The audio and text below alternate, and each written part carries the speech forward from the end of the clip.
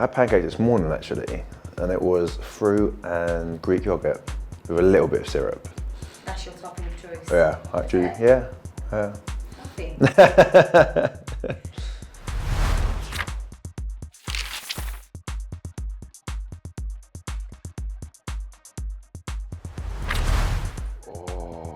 Well, you'd have to say Beckham. Like that would be probably number one, wouldn't it? Really, free kick specialist. Current day, maybe someone like Ericsson. Yeah, or well, I don't know. So many good ones in the Premier League right now. It's just so hard to kind of pinpoint one. Or Sigurdsson. There's so many, honestly, there's so many right now. I'm just going through all the clips. I'm thinking, yeah, I don't know. I'll go with Beckham as probably the number one. How much does it weigh on your mind, the taker? Like, as much as it's a free kick right outside the box or whatever, it is what it is, but is it like, oh God, it's him? Like, we've got a big wall. We've got, 9 times out of 10, it's 6 foot plus. But yeah, it does. I mean, the boys in this level, they just keep saying it at penalties. They put it where they want it, like to my left, to my right. You don't gamble, you shouldn't gamble. It's hard not to take a step because you're on one side of the goal, but then if you take a step at this level, like you'll take a step behind the wall and they'll just put it the other side of you, and the ball moves so quickly. Yeah, it's not easy.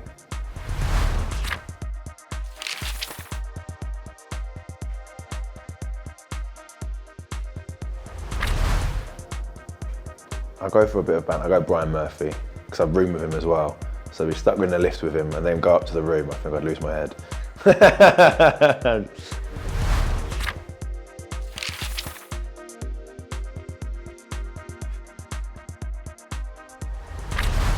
It has to be Newcastle at home.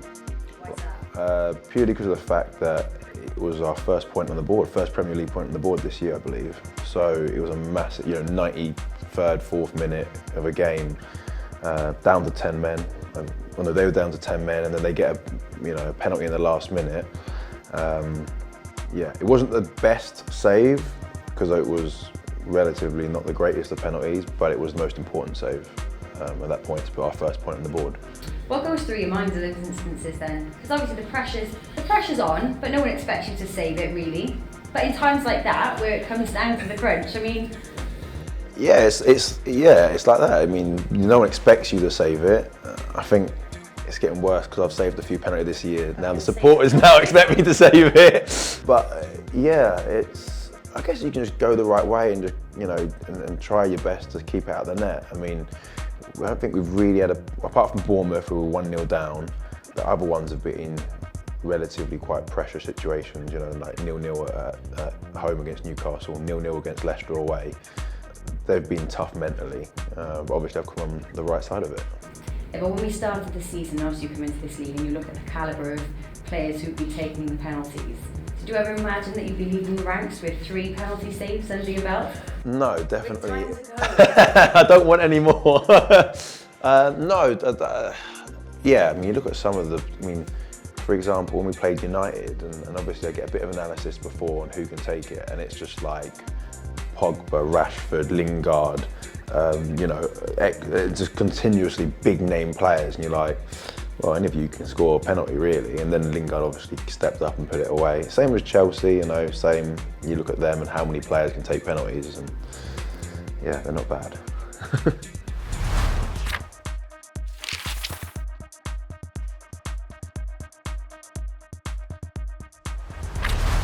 I've always said it's a bit of a boring answer, but like I've always said enjoy the game, like especially at a young age, and I'm even talking to like kids who are like coming up to 16 years old, up to that scholarship age. Just enjoy playing football. Obviously as professionals we enjoy it, but there's a lot more stress and pressure the older you get, becoming a professional athlete and professional football player. So just enjoy it and like learn as much. Try and get, look at different style goalkeepers. Don't always get fixated on one. Not many. Like I always looked up to certain goalkeepers, like Neuer and people like that. Yeah, just take loads of, just be like a sponge, take it all in.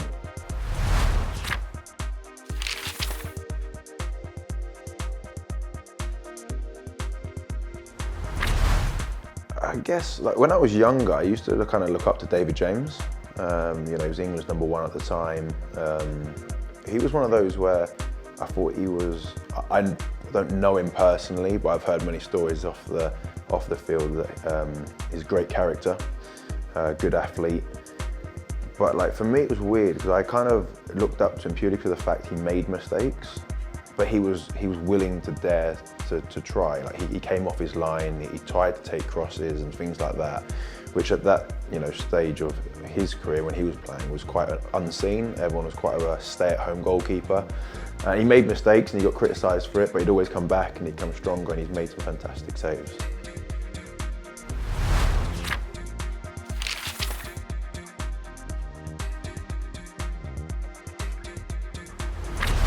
Yeah, I was young. I think I remember like vaguely, I think it was the millennium, 2000, where we just had a cup competition, like, schoolboy kind of thing.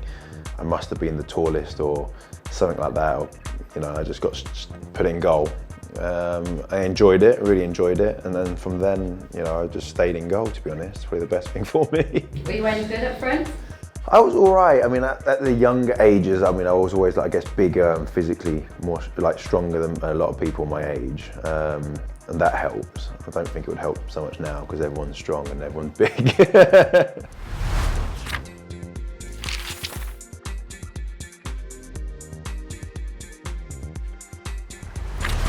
It's great. It's unbelievable. The first Filipino, first Southeast Asian.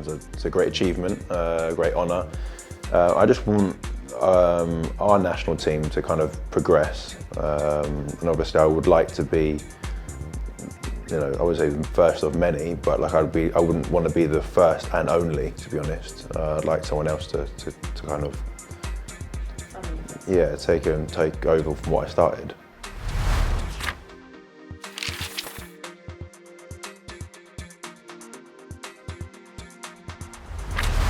I have no idea. Do you ever think about these scenarios? I don't really go up, to be honest, because it's too far to get back. I don't know, I'd probably just start running around crazy. I wouldn't have a celebration lined up or anything like that. I'd just start running around like a headless chicken.